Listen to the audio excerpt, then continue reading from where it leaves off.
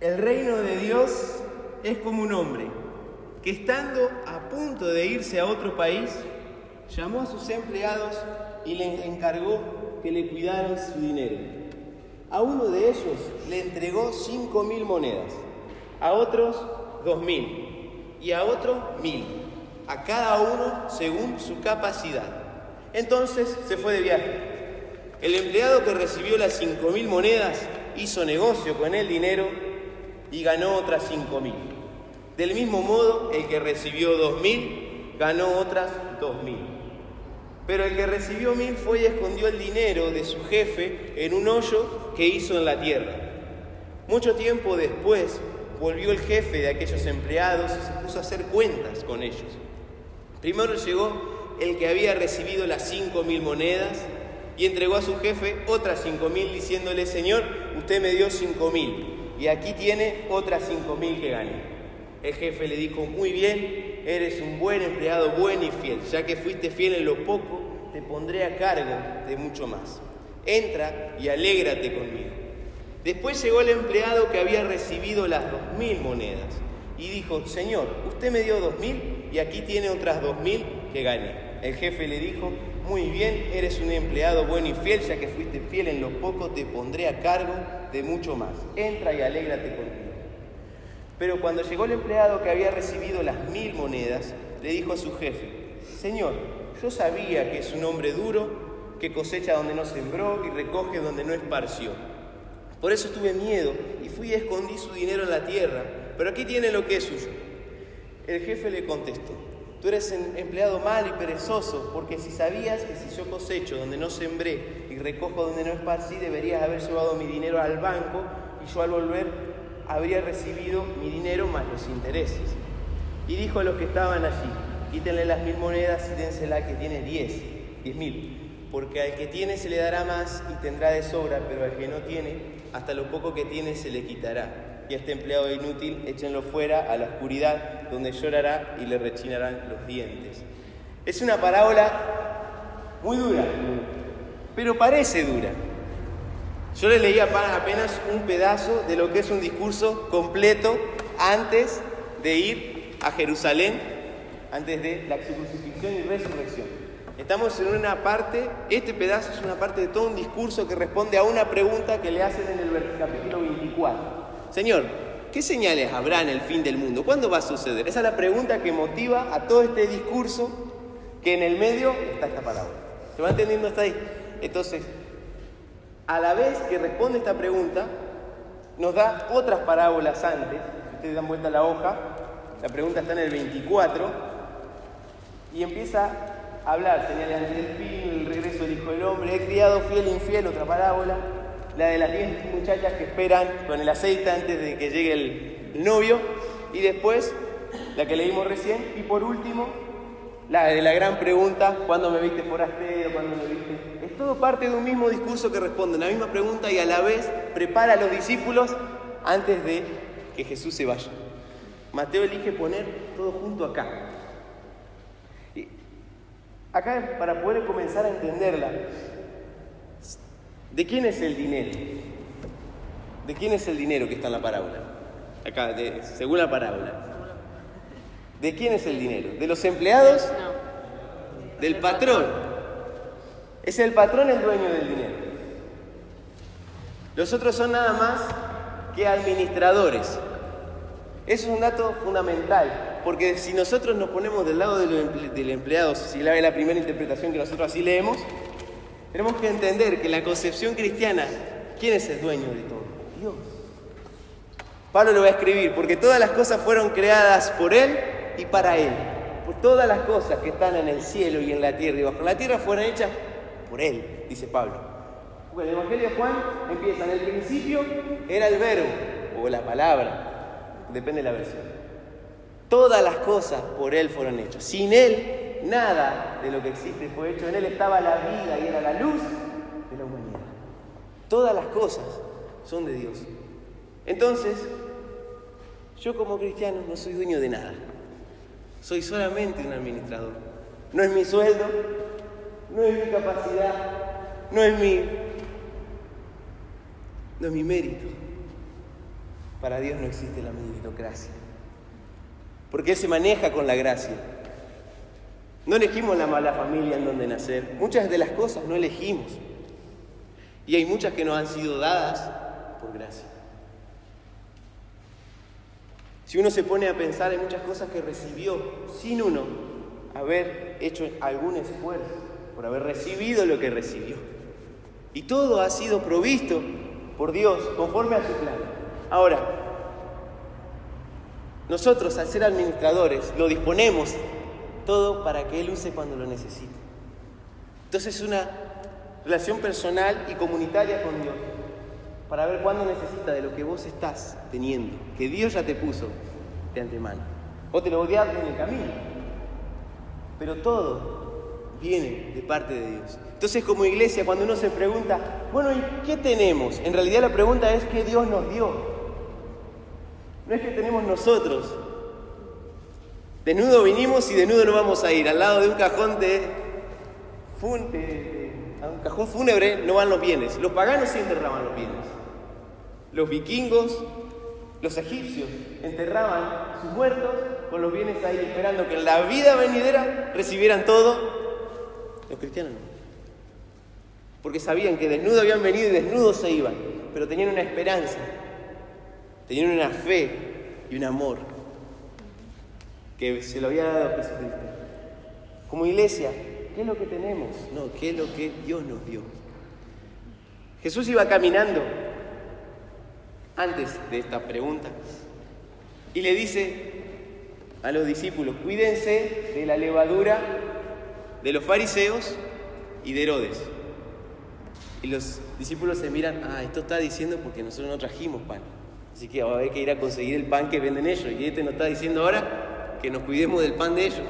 Jesús se da vuelta y les mira y le dice, ¿cómo que ustedes no están entendiendo? Cuando yo alimenté a los 5.000, ¿cuántos panes tenían ustedes? 5 panes y 2 peces. ¿Y a cuánto alimentamos? 5.000. Y cuando alimentamos a los 4.000, ¿cuántos panes tenían? ¿Cuántos peces tenían? Eran 7 panes y unos pocos peces. ¿Y a cuánto alimentamos? 4.000. ¿Y cómo que no entienden todavía?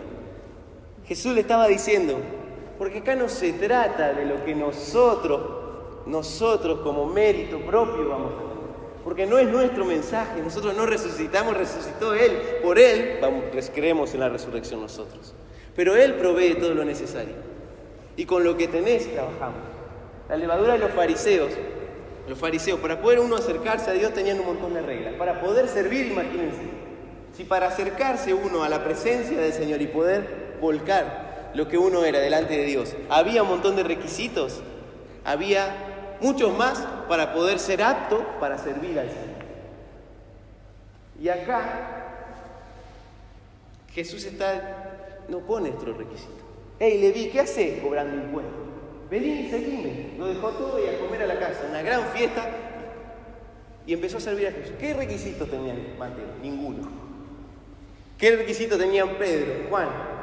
¿Qué requisitos tenemos nosotros? No, ninguno. Es por gracia que somos llamados para un mensaje que es de Él.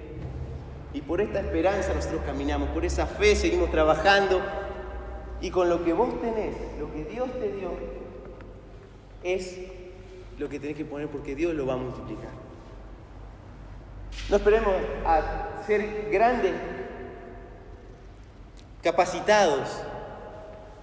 Yo no digo que no hay que estudiar, que no hay que capacitarse. Lo que estoy diciendo es que te pongas en ese lugar donde empeces a sembrar. La fe es como una semilla de mostaza.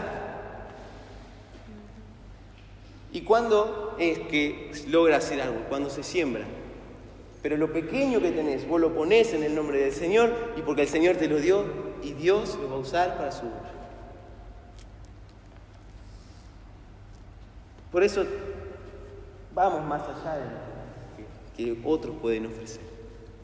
Porque Él es su mensaje, es su mensaje el de Él. Un hombre que partió en la historia en dos, y por Él caminamos.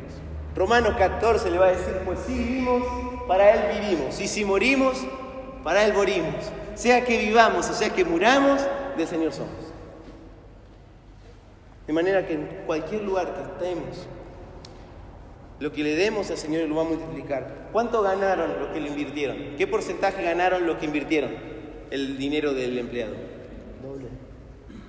El 100%. La parábola del sembrador dice, si somos buena tierra y la semilla cae en buena tierra y fértil, van a dar al 30, al 60 y al 100 por uno. La semilla siempre es de Dios. Lo único que tenemos que hacer nosotros es disponer eso poquito que tenemos, o que nosotros creemos que es poco, que Dios nos lo dio antes, y Él multiplica. El reino de Dios es como una semilla que al sembrarla nadie sabe cómo crece. Pero día y noche pasan y después crece la planta. Una parábola que está después de la del sembrador. Por eso es que nosotros seguimos predicando el Evangelio, le seguimos diciendo, hay esperanza, hay un Jesucristo que te ama y no hay nada que te va a separar de Él.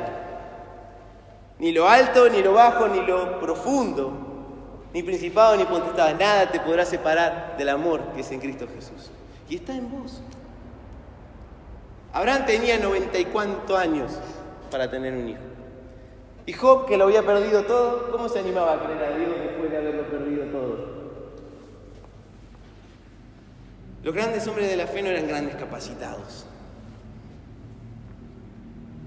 La fe, pues, es la certeza de lo que se espera, convicción de lo que no se ve. Pero todo te lleva a tomar una decisión y una acción.